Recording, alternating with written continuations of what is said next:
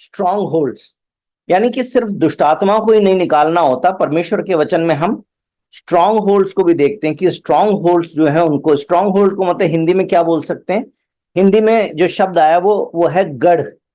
जो आत्मिक गढ़ बन जाते हैं, उन गढ़ों को ढाने के लिए भी परमेश्वर ने हमको बोला है। तो सबसे पहले मेरे साथ में इफिसियों उसका 6 और 12 निकाल के पढ़ेंगे कोई भी जन। क्योंकि हमारा यह है मल युद्ध लहू और मांस से नहीं, परंतु प्रधानों से और अधिकारियों से और इस संसार के अंधकार के हाकिमों से और उस दुष्टता की आत्मिक सेनाओं से है जो आकाश में है। दूसरा कुरिन्थियों 10 उसका 3 से 5 भी पढ़ लेंगे जरा। क्योंकि यद्यपि हम शरीर में चलते फिरते हैं तो भी शरीर के अनुसार नहीं लड़ते, क्योंकि हमारी लड़ाई के हथियार शारीरिक नहीं पर गढ़ों को ढा देने के लिए परमेश्वर के द्वारा सामर्थी है। हाँ जी, तो सबसे पहली बात जो यहाँ पर सीखनी है कि इफिसियों 6 के अंदर ये बात लिखी हुई है कि हम एक आत्मिक लड़ाई में, तुम्हारा ये मलयुद्ध या हमारा ये मलयुद्ध जो है लहू और मांस से नहीं है। इसका मतलब क्या है, यूं समझ के चलिए कि आप कुश्ती करने उतरे हैं, लेकिन सामने वाला जो आपका अपोनेंट है, जो प्रतिद्वंदी है, उस प्रतिद्वंदी के पास में कोई शरीर नहीं है, मांस और लहू नहीं है, अब उससे आपको लड़ना है। परंतु दूसरा कुरिन्थियों 10 अध्याय उसके 3 से 5 जब हम पढ़ते हैं तो वहां पर एक शब्द आता है, लिखा है क्योंकि यद्यपि हम शरीर में चलते फिरते हैं तो भी शरीर के अनुसार नहीं लड़ते, क्योंकि हमारी लड़ाई के हथियार शारीरिक नहीं है। क्योंकि हमारे पास में जो प्रतिद्वंदी है उसके पास में मांस और लहू नहीं है, तो हमारे पास में जो हथियार हैं वो भी शारीरिक नहीं हो सकते, पर गढ़ों को ढा देने के लिए परमेश्वर के द्वारा सामर्थ्य है। तो गढ़ों को ढाना यानी कि सिर्फ डीमंस को निकालना, दुष्टात्माओं को निकालना, सिर्फ इतने पे रुकने की बात नहीं है, बल्कि जब हम आत्मिक लड़ाई में तो हमें इस बात को ध्यान देना है कि दुष्ट आत्माओं से बियॉन्ड भी बहुत कुछ है जिसके द्वारा शैतान एक गढ़ बना देता है, उन गढ़ों को भी ढाने की जरूरत पड़ती। तो मैंने इसकी एक डेफिनेशन लिखी है कि स्ट्रॉन्ग होल्ड का मतलब या गढ़ का मतलब क्या है, तो उसको ढा देने का मतलब है टू ओवरकम और demolish deeply ingrained patterns of thinking. इस प्रकार से सोचने का एक तरीका हो सकता है, एक विश्वास करने का एक तरीका हो सकता है, जिस प्रकार से हम अलग अलग संप्रदाय से कई बार आते हैं, कई बार हम अलग अलग फिलॉसफी में चले होते हैं, बहुत सारी रूढ़िवादी सोच हो सकती हैं, बहुत सारी आइडियोलॉजीज हो सकती हैं, है ना, बहुत सारे सिद्धांत हो सकते हैं जो पुराने चले आते हैं।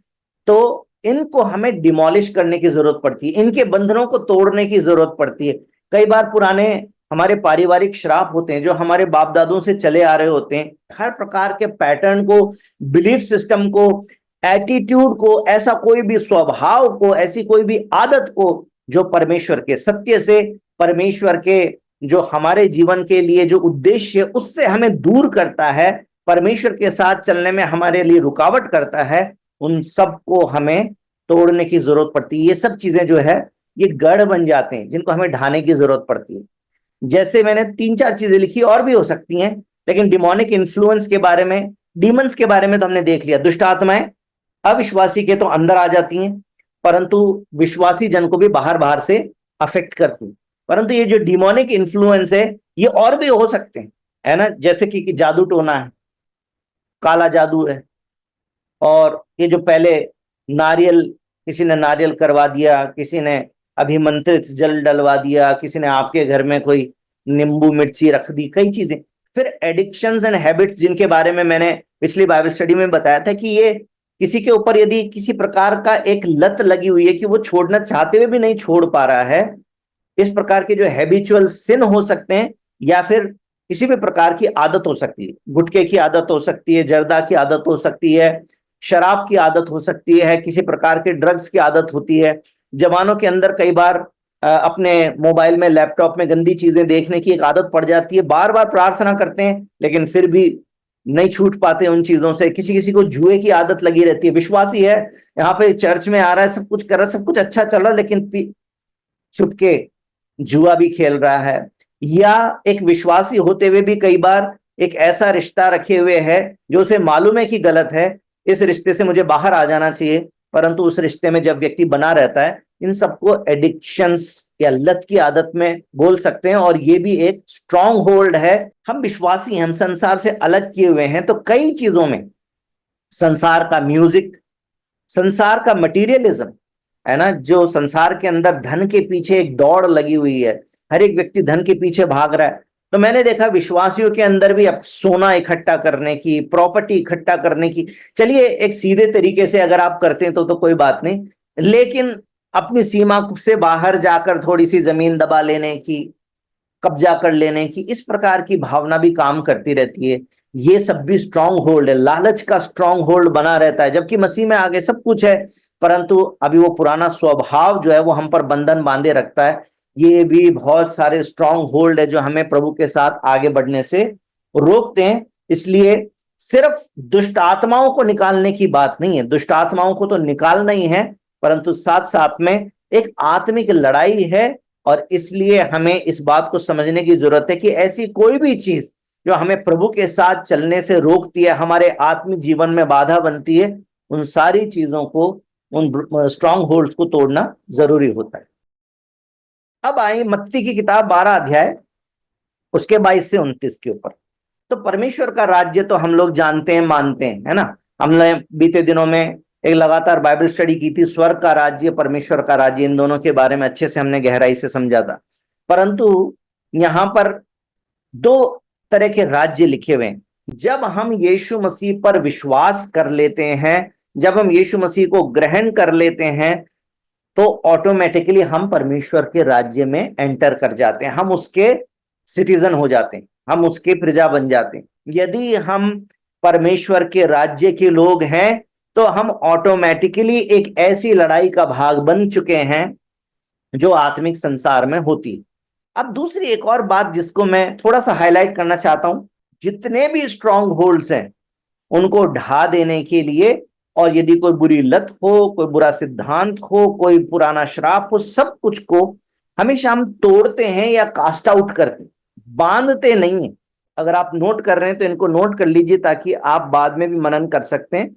मरकुस 9 उसके 17 से 27 में, वहां पर भी एक दुष्टात्माग्रस्त बालक है और उनका जो पिता है वो कह रहा है कि यदि तू कर सके। तो यीशु मसीह ने कहा कि यदि तू कर सके मतलब क्या, तुम्हें विश्वास करना है।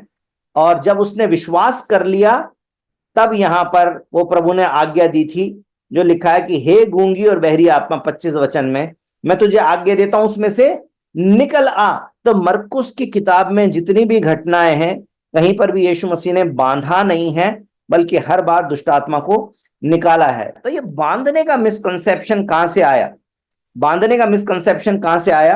तो जो आज हमने मत्ती की किताब उसके 12 अध्याय के 28-29 को पढ़ें, जो अंश आज हमने पढ़ना शुरू किया, तो वहां पर 28-29 में जो बात लिखी है कि यदि मैं परमेश्वर के आत्मा की सहायता से दुष्ट आत्माओं को निकालता हूं तो परमेश्वर का राज्य तुम्हारे पास आ पहुंचा है।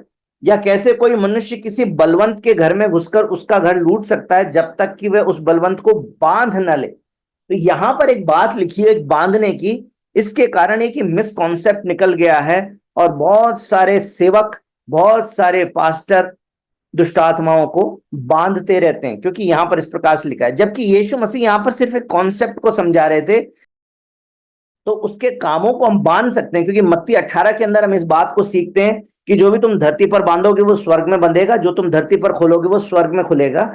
इसके कारण हो सकता है कि शैतान के कुछ काम जो लगातार उसके जीवन में चल रहे, किसी व्यक्ति के जीवन में, आप उस काम को बांध सकते हैं, लेकिन फिर साथ के साथ में अगर वो दुष्टात्मा का काम है, दुष्टात्मा उसके अंदर है, या दुष्टात्मा ने उसके ऊपर कोई स्ट्रांग होल्ड बनाया है, कोई गढ़ बनाया है, तो उस गढ़ को ढा देने की, उसको तोड़ देने की और दुष्ट आत्माओं को निकालने की आवश्यकता है।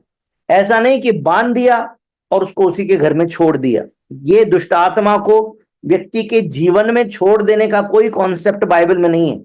इसलिए कभी भी अधूरी प्रार्थना नहीं करना। यदि आप बांधने का शब्द भी इस्तेमाल करते हैं, I bind you in the name of Jesus, या मैं तुझे यीशु के नाम से बांधता हूं, तो उसको बांध के नहीं छोड़ना, फिर उसके अंदर से उसको निकालना है।